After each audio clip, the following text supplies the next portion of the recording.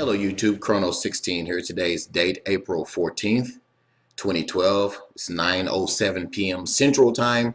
And what we're looking at here on the screen is the state of Kansas, if we can see it here on this particular screen. And luckily, and I'll say this, luckily there's not been any major huge tornadoes or huge outbreak down in Oklahoma, but there's been a lot of tornadoes. The last time I counted the reports, it was around 19 or 20, and that was way earlier. So it's going to be very interesting to see what the final count of tornado sightings and reports in Kansas is going to be, and all the way up in Nebraska. Don't have any reports of any damage or anything like that right now.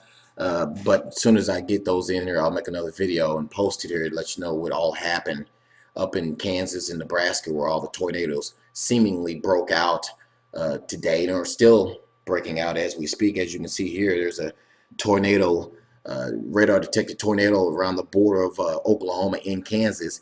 And if you switch this setting here on this radar, you can see that there's 1, 2, 3, 4 active. 1, 2, 3, 4, yeah, active tornado warnings right now in Kansas alone. So things are starting to wind down, and the reason why that is because the conditions are not as favorable for tornadic activity now. So you're going to see this particular activity over Kansas, Nebraska die down. I want to switch it right quick, like I did earlier, to the dew points here.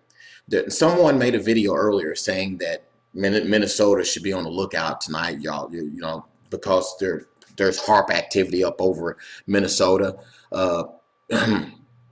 Believe me, people, there's not going to be any tornadoes in Minnesota tonight. And if there is going to be any tornadoes in Minnesota, I assure you, they won't be severe tornadoes.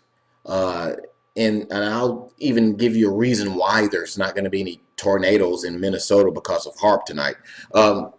As you can see here, this is Minnesota, and here's the border here between South Dakota and Minnesota. Now, these are dew point temperatures. Now, remember what I told you earlier in the video. The dew points have to be at least in the 60s here, guys. And, well, if you can see the screen here right around Minnesota, maybe I can switch it real quick. I don't want to make this video too long. Switch it so you can see it better, perhaps. I'm not sure here. Let's see here. Anyway, as you can see here, the dew points up in Minnesota are nowhere near high enough for tornadic activity.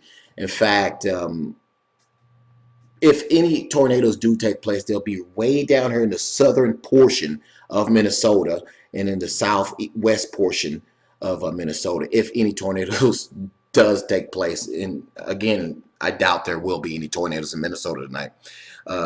Just because you see rings on radar loops, people, it doesn't mean HARP is actively pinging the area and it's going to cause tornadoes. I'm sorry, you know, there's a lot of people out there real passionate and really believes that HARP is causing these storms tonight. And again, HARP isn't causing the storms.